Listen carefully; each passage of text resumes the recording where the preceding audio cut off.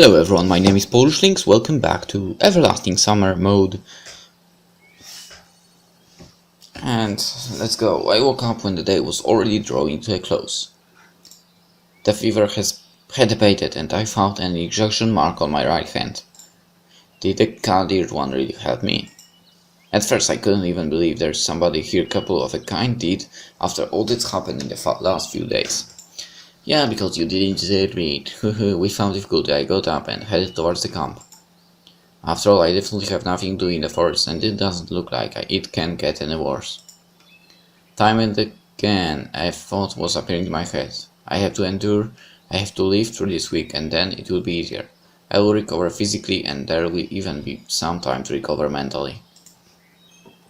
Just don't despair, don't give up, don't be like him.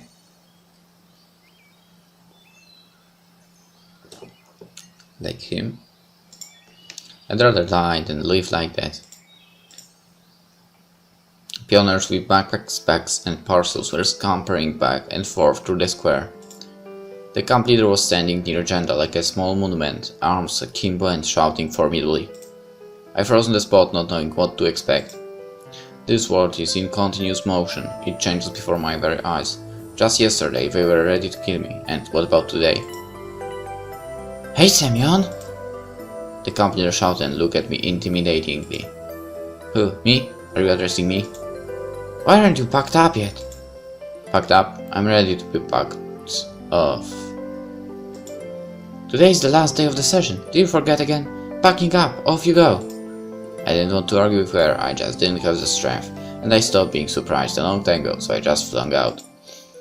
Is it okay that I look like this? I pointed at my torn clothes and the bruises all over me. What happened to you? The camp leader sincerely wondered. Were you running through the forest and fell? What the hell are you talking about? What forest? Why would I even need to run through the forest? Okay, it's not my business. We are leaving in half an hour. If you're late again, you'll stay for another session. She smirked. Stay here for another session. No, this definitely lies outside of my plans. Anyways, a new chance to get out of here appeared, even if in such a dumb way.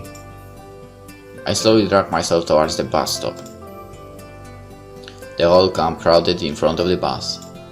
Everyone is waiting for the camp leader. After all, following rules contradicts her own rules.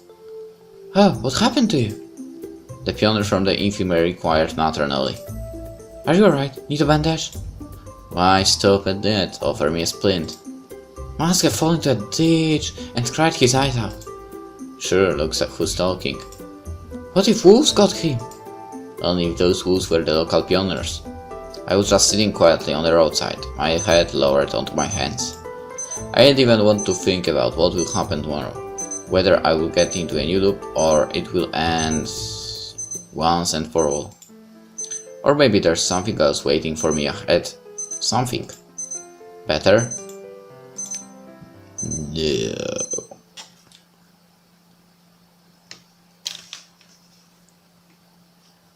When I woke up, Xenia wasn't nearby. Must have gone to take care of some personal business. God, why does she need this whole pioneer game? Especially on the wedding night. I stretched myself and yawned with pleasure.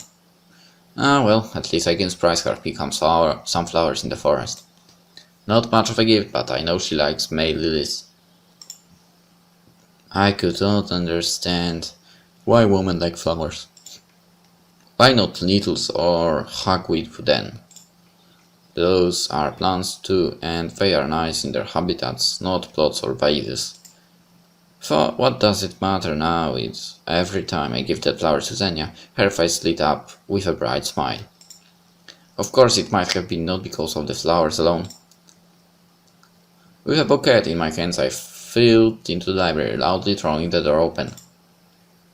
Behind the librarian's table was sitting Alisa, looking gloomy and leafing through some magazine. Oh, the new life has shown up, she muttered, looking at me sullenly. Hey, where's Xenia? Duno asked me to sit here for her and went somewhere herself. Well, yeah, my Xenia can even persuade Alisa. Okay then, I will... And somehow she wasn't glowing with happiness at all. I said to my back. Where did Xenia go? Maybe she decided to make a surprise gift for me. No, surprises are not her thing. It must simply be time for breakfast. I ran into the canteen. The pioneers were merely clamoring inside. The dishes were clattering in the same very manner. Even the usually glum lady cook looked unusually merry today. I noticed Slava and walked up to her. Hey, have you seen Xenia? Slava looked at me with surprise, then got embarrassed and turned her eyes away. I think she went to the bus stop. The bus stop? Why? I don't know. You better ask her yourself. You will still make it if you hurry. To the bus stop, to the bus stop.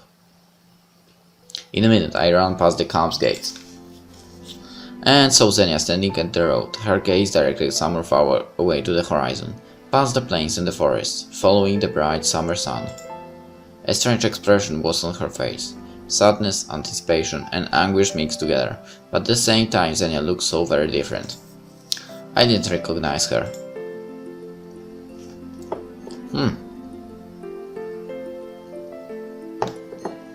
Better. No, I can't believe this even less than the fact tomorrow I will return to the real world. Maybe it was better before. It seems like that pioneer was saying that I forgot a lot. At what exactly?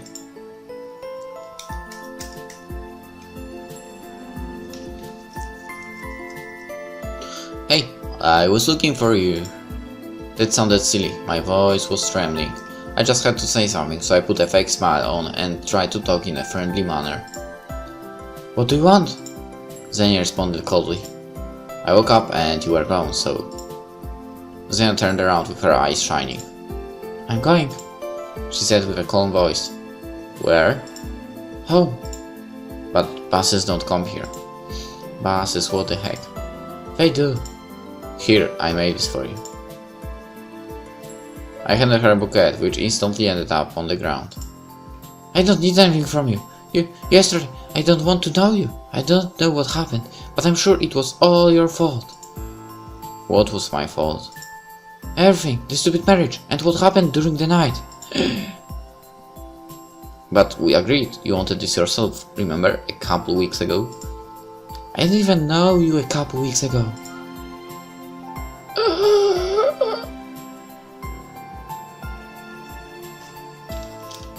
Yeah, it all started back then.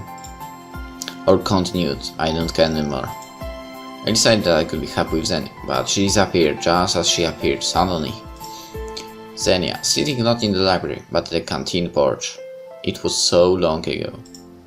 I lost my faith once. I stopped being human, but then I met her and it almost seemed like life was giving me a second chance, albeit in this strange world. But then she was gone, and during the endless cycles I forgot everything. I went back to how I was before I first met her. I stopped being myself. Maybe he was right.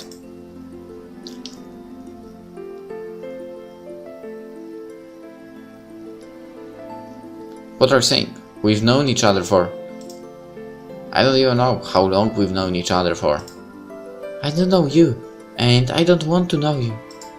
But wait, Suddenly weakness hit me and I dropped to my knees, just to avoid falling on my face. My ring felt very hot on my finger. I could feel the burning almost physically. Here, take it! Xenia took something out of her pocket and threw it at me. I'm going for a walk. I twisted the thin engagement ring in my hands and started crying. I've never cried like this before, not in this world, not in the previous one.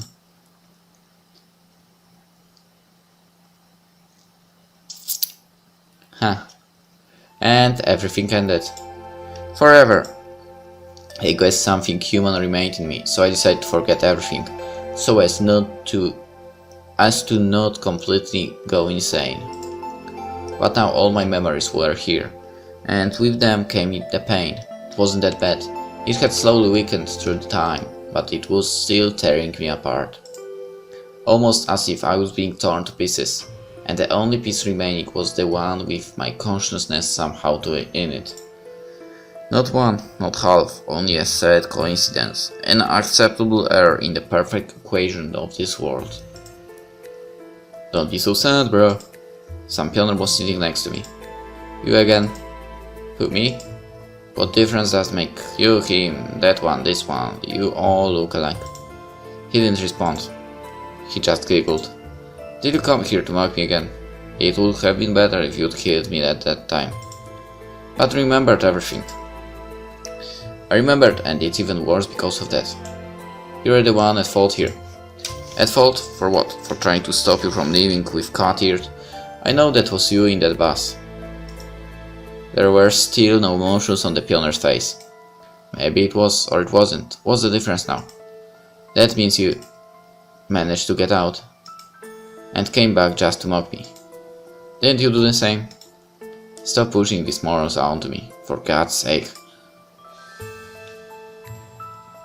What? He got out and got back? Wow, I'm surprised. But yeah.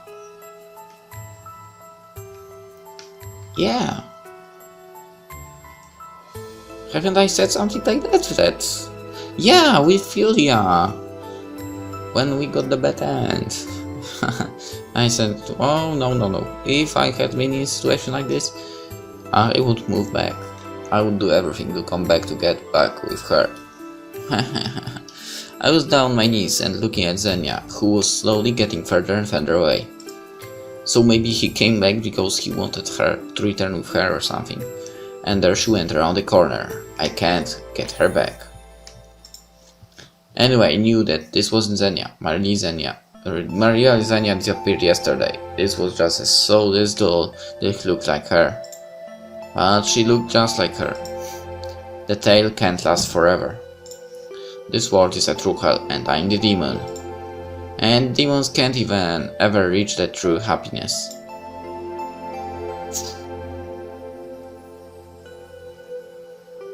Yo, just tell me one thing. I killed the silence. Why is everything like this? You had a chance from the very beginning, a choice. You could have done everything differently. Many did it right, different from how you and others alike did. Yeah, right, they all got out and are now living happily with their dolls in the real world. I grinned. Do you think that your life is better? He clearly emphasized the word life.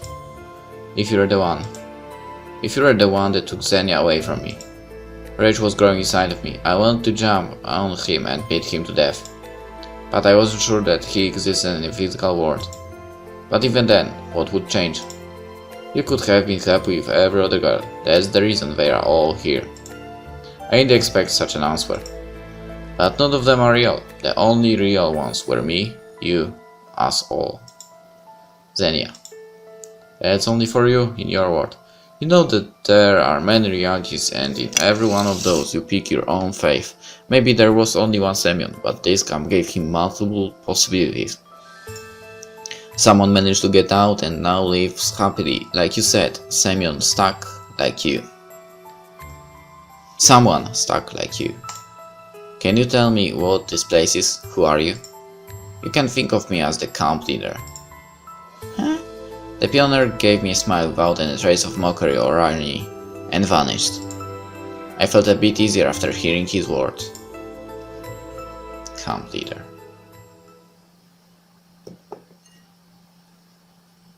The world was suddenly engulfed in a fog, and a bright flash appeared in front of me. I looked around and realized that the pioneers are gone, as well as the bus. What again? The gate creaked silently and I hid behind the pioneer's monument. Semyon walked onto the bus stop, one of the Semyons, but his facial expression was painfully familiar. I had forgotten long ago that I can look exactly like that. He stared at the road for some time and headed back into the camp.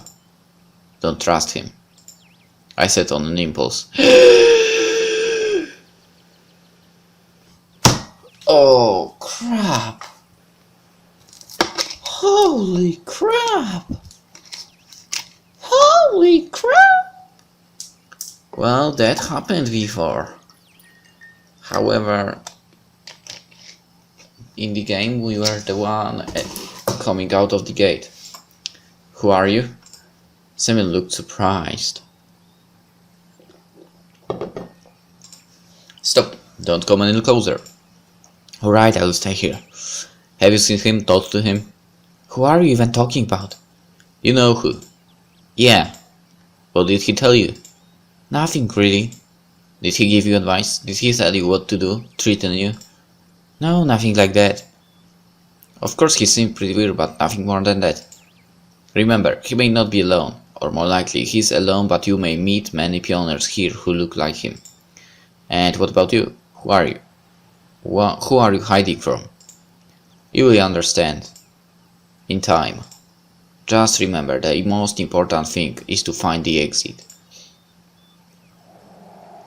The wind became really strong for a moment, and the same flash appeared before me.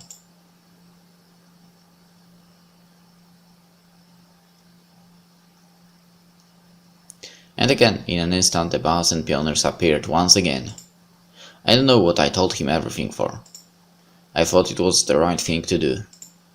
If only I remembered what remorse and repentance were, then possibly that would be what I'm feeling. A pioneer should always be ready. A familiar voice sounded like thunder in the midst of a clear sky, and a familiar thump on my back brought me out of the catatonic state I was in. Zen was standing in front of me. I instantly knew that this was Xenia, not at all. But how? Those were the only words I could whisper. I don't know. She smiled, but her voice was trembling. Back then, after the wedding, I woke up in a different world. I thought that I lost you, and then there were so many loops that I nearly forgot. Sorry, I said quietly. Forgive me for everything. But that was okay. Then he came and said that he could guide me to the world you're in. I didn't believe it at first, but here I am. I jumped forward and hugged Xenia. Forgive me, I'd forgotten everything. Forgotten you. I've done so many bad things to you. I didn't believe it, didn't hope for it. I'm sorry. You're going to suffocate me. She freed herself from my arms. But now I'm here, so everything is okay. She said through her tears. How can you be so calm? Because I knew that we were going to be together. Xenia raised her right hand, and on her finger I saw a ring that was woven out of my lily. I've lost mine, sorry. It's okay, we'll buy a new one. She smiled. Hey, help on the bus, you two. Og and Jem was screaming discontentedly.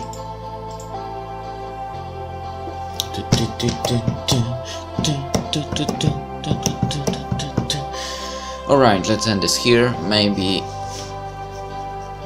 it will not be too short in the next one. So see you by then. Bye. Bye.